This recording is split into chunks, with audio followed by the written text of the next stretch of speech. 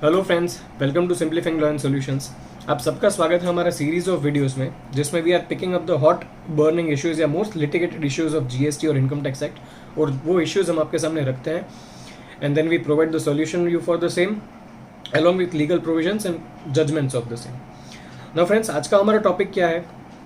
मैंने कई सारे मेरे क्लाइंट्स की ओर से इस पर्टिकुलर टॉपिक से रिलेटेड बहुत क्वेरीज आई है और काफ़ी सारे नोटिस मैंने देखी हैं which is issued by the GST department picking up this और रेजिंग दिस क्वेरी. अब ये टॉपिक क्या है कि वेदर इंटरेस्ट इज लीविएबल, क्या आपके ऊपर इंटरेस्ट लग सकता है ऑन दैट आईटीसी जो आपने वॉलेंटरली रिवर्स कर दी हो, जब आपको पता चला हो कि ये आईटीसी मुझे एडमिसिबल नहीं है और आपने वॉलेंटरली डीआरसी 03 के ओर से आपने रिवर्स कर दी हो, तो क्या उस रिवर्स की हुई आईटीसी पे आपके ऊपर इंटरेस्ट अंडर सेक्शन 50 और इंटरेस्ट के साथ साथ पेनल्टी अंडर सेक्शन 74(5) क्या आपके ऊपर लग सकता है या नहीं? तो फ्रेंड्स, इस क्वेश्चन का मेरा opinion, according to my personal opinion, it cannot be so. आपके ऊपर इंटरेस्ट अंडर सेक्शन 50 हो या तो interest under section 50, interest under section 74(5) along with penalty नहीं लग सकता अगर आपने वो आईटीसी वॉलेंटरली रिवर्स कर दी हो और उसको यूटिलाइज ना किया हो. Why I am saying so friends, तो ये इस टॉपिक में ब्रॉडली प्रोविजन वाइज डिटेल्स में अंडरस्टैंड करने से पहले मैं आपसे एक चीज पूछना चाहता हूं कि what is the difference between tax, interest और पेनल्टी. मतलब टैक्स वो चीज हो गई जो we have to pay to the government, we are liable to the pay to the government. अगर हम लोग वो नहीं देंगे there will be a loss to the revenue, that is meaning of tax. Penalty कब पिक्चर में आएगा कि अगर आपने कोई प्रोविजंस हो गया जीएसटी का या किसी भी एक्ट का, उसको आपने वायोलेट किया हो, रूल्स को वायोलेट किया हो, कॉन्ट्रावेंशन किया हो, तब आपके ऊपर पेनल्टी लगेगा. और इंटरेस्ट कब लगेगा? जब आपको कोई भी गवर्नमेंट को एक टैक्स पे करना हो, तो या तो आपने उस टैक्स को कम पे किया हो, that is short payment of tax, और नॉन पेमेंट ऑफ टैक्स. इन दो चीजों के अंडर में आपके ऊपर इंटरेस्ट लगेगा. Therefore can we say that interest component is a compensatory in nature. ये कंपेंसेशन है. It is a mandatory thing but it is a compensation nature. Why I am saying so, because there are judgments to this effect. और ये compensation मैं क्यों relate कर रहा हूं, ये जब हम लोग इस चीज में डिटेल्स में जाएंगे तब आपको पता चलेगा. अब कंपनसेशन क्यों मैं बोल रहा हूं? Because of the very famous judgment of supreme court which is name is Pratibha Processors versus Union of India, 1996 का ये जजमेंट है.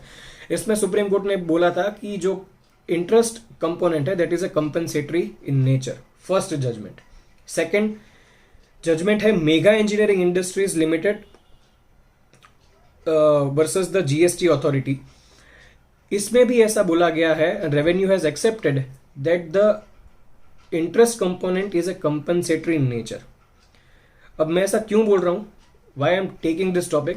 Because it is a settled legal position of law कि अगर if there is no liability to pay the tax, अगर आपको tax भरना ही नहीं है, then there is no question of interest and penalty. It is a interpretation of taxing statute. This is a legal settled position of law. Or if there is no revenue loss to the government, government के पास कोई भी, अगर आप tax ना भरने से, कुछ भी भरने से उनको रेवेन्यू का, एक्सचेकर में उनका लॉस नहीं हो रहा, then also there is no question of interest and penalty to pay in this. अब फ्रेंड्स, ये टॉपिक क्यों आया इस चीज में कि अगर आपने आईटीसी अवेल किया हुआ है एंड यूटिलाइज नहीं किया, that means the ITC which you have availed but not utilized, the same is lying with your electronic credit ledger में आपके पास पड़ा हुआ है. आपने अपनी आउटपुट टैक्स लायबिलिटी को यूज करने के लिए, सेट ऑफ करने के लिए, उस क्रेडिट का जो आपको एडमिसिबल नहीं थी उसमें आपने यूज नहीं किया. Therefore there is much difference between availment of ITC and availed and utilization of the said ITC. तो हमारा पूरा ब्रॉडर पिक्चर आज का यही है कि मैंने अवेल किया है but I have not utilize the same. And if I have not utilize the same, can I be prosecuted under section 50 and section 74(5) of the GST act. अब friends, Commercial Steel Engineering versus state of Bihar का एक judgement आया है. इसमें बहुत ही broadly एक बहुत अच्छी चीज बोला गया है. उन्होंने बोला है कि transaction from VAT to GST does not amount to availment and utilization of ITC if they have not utilized, and if they have not utilized it, the question of interest and penalty does not arise. Therefore this is the first judgment in your favor. अगर आपके ऊपर ऐसी कोई भी proceedings आती है या ऐसा कोई भी नोटिस आता है, you can cite this judgment stating that कि मैंने जस्ट अवेल किया हुआ है, मैंने उसको यूटिलाइज नहीं किया, and then when I have not utilized it there is no revenue loss to the government. Therefore you can not claim interest from me on availment of such ITC, क्योंकि वो ITC मैंने voluntarily reverse कर दी है DRC 03 से. अब friends, अगर हम लोग लीगल प्रोविजंस की बात करें तो इंटरेस्ट आता है सेक्शन 50 ऑफ सीजीएसटी एक्ट के अंडर में. अगर आप ध्यान से सेक्शन 50 को पढ़ेंगे तो section 50 only talks about interest when leviable, when there is a non payment of tax और when there is a short payment of tax. उसके तीनों प्रोविजंस में कहीं पर भी हमें ऐसा नहीं मिलेगा या ऐसा हम लोग रीड नहीं कर पाएंगे कि इंटरेस्ट तभी भी लगेगा अगर आप आईटीसी रिवर्स कर दोगे which you have not utilized. Therefore the said section is completely silent about it. The section 50 only talks about two probabilities, and that is non-payment of tax and short payment of tax. Therefore, this is another legal argument claiming that I am not liable to pay interest under section 50. अब friends, इस section 50 से related एक judgement है जिसमें section 50 sub clause 3 में section 42 of CGST act को manner किया हुआ है कि अगर आप 42 सबसेक्शन 10 या 43 सबसेक्शन 10 में भी अगर आप कॉन्ट्रावेंशन करते हो तो भी इस चीज में इंटरेस्ट लगेगा. तो सबसे पहले चीज ये F1 auto corporation private limited versus state officer है, मद्रास हाईकोर्ट का ये जजमेंट है. इनमें ऑनरेबल मद्रास हाईकोर्ट ने order of interest and penalty को सेट असाइड कर दिया था, और उन्होंने उसमें ये चीज एक और भी बोली थी कि सेक्शन 42 जो जीएसटी का है, it will not come into picture when the availment of ITC erroneous means या तो गलत है या तो इनकरेक्ट, रॉन्ग और incorrect. That is the simple dictionary meaning of erroneous. तो अगर आपका आईटीसी अवेलमेंट इरोनियस है या रॉन्ग है, which you have not utilized, then section 42 cannot come into picture. Now once section 42 cannot come into picture, section 50 में जितने भी consistency या जितने भी कंडीशंस है वो इस चीज में फुलफिल नहीं हो रहे. किस चीज में नहीं हो रहे? I am again repeating the thing. अगर आपने आईटीसी ले ली, आपको ऐसा लग रहा था कि ये मुझे आईटीसी अवेल करना है, मुझे इसमें आईटीसी मिलेगा, फिर आपको पता चला कि this ITC you are not entitled to, आपने अपने आप से ही रिवर्स कर दिया विदाउट यूटिलाइजिंग इट, तब इस चीज में पिक्चर में आएगा कि ऐसी पॉसिबिलिटीज में कहीं पर भी ऐसा नहीं दिया गया एक्ट में कि आपको उसके ऊपर इंटरेस्ट लगेगा. देयरफॉर आईटीसी रिवर्सल पे इंटरेस्ट नहीं है without utilising it in the entire act. अब फ्रेंड्स, ये हो गया हमारा दूसरा लीगल इस चीज में आर्ग्यूमेंट. अगर आपके पास ऐसा केस है तो आप ये भी आर्ग्यूमेंट कर सकते हो कि रिसेंटली एक प्रेस रिलीज हुआ था जिसमें जीएसटी काउंसिल को रिकमेंडेशन दिया गया था, और रिकमेंडेशन में एक रिलेवेंट पैरा है जिसमें they have specifically mentioned that section 53 के अंडर में आप ऐसा प्रपोज कीजिए कि interest will be applicable only when the ITC availed and utilised. Avail भी किया हुआ हो और यूटिलाइज भी किया हुआ, उसी ग्राउंड्स पे आपके ऊपर इंटरेस्ट लगेगा, नॉट ओनली अगर आपने सिर्फ आईटीसी को अवेल किया हुआ है. तो this is also your banking of the provision या बैकिंग ऑफ द लीगल एक आर्ग्यूमेंट. देयरफॉर मैंने आपको बोला कि इंटरेस्ट कंपनसेटरी नेचर का है, इट इज नॉट मैंडेटरी. अगर आपके ऊपर गवर्नमेंट का कोई भी रेवेन्यू का लॉस नहीं हुआ है देन ऑल्सो नहीं.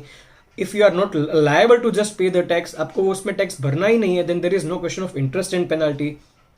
And we have judgments of F1 Auto Companies also limited, and also we have judgment of Commercial Steel Engineering which I discussed now. Therefore section 50 का अगर आपको नोटिस कोई भी आए तो इतनी आर्ग्यूमेंट्स में आप कह सकते हो that I am not liable to pay the interest. Now the second limb of the argument is proceedings under section 74(5). काफी सारे नोटिसेस जो गवर्नमेंट डिपार्टमेंट ने इश्यू किया हुआ है उन्होंने ये भी बोला कि आपको interest along with penalty section 74(5) के अंडर में भी भरना पड़ेगा on such reversal of ITC which you have done. So friends, according to me, section 74(5) also would not be come into picture. Why I am saying so? Because section 74 जो है GST act का, वो 3 probabilities के ऊपर based है. It is firstly it is a fraud cases, और there is any willful misstatement, या there is a suppression of facts. Now, if any notices are issued to you on basis of this, you can very well argue and say before the court या before the competent authority कि I am not falling under the purview of section 74. Why? Because neither I have done fraud, ना तो मेरा कोई willful misstatement है, ना तो मेरा कोई suppression of facts है. इसमें तो मैंने बोनाफाइड ली. जब मुझे पता चला कि I am not admissible to this ITC, I voluntarily reverse the same. Therefore there is no question of any of this 3 contingencies, and whence the basic of this 3 contingencies is does not satisfied या follow नहीं हुआ section 74 का, therefore मुझे 74 के ambit से मैं बाहर हो चुका हूं. देयरफॉर मुझे मेरे ऊपर section 74(5) can not be imposed. और once section 74 can not be impose, तो 74(5) के अंडर में पेनल्टी और इंटरेस्ट भरने का सवाल ही पैदा नहीं होता.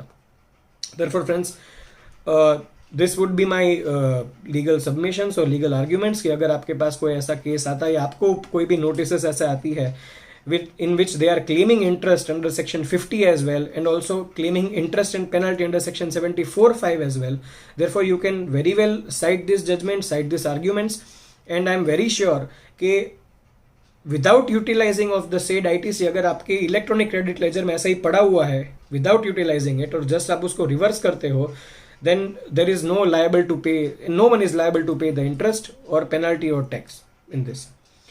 तो फ्रेंड्स, आप मेरी इस चैनल को ऐसे ही लाइक कीजिए, शेयर कीजिए, सब्सक्राइब कीजिए, ताकि ऐसे ही कोई भी डिफरेंट इश्यूज हो या मोस्ट लिटिगेटेड इश्यूज हो तो we can reach out to you. Thank you so much friends.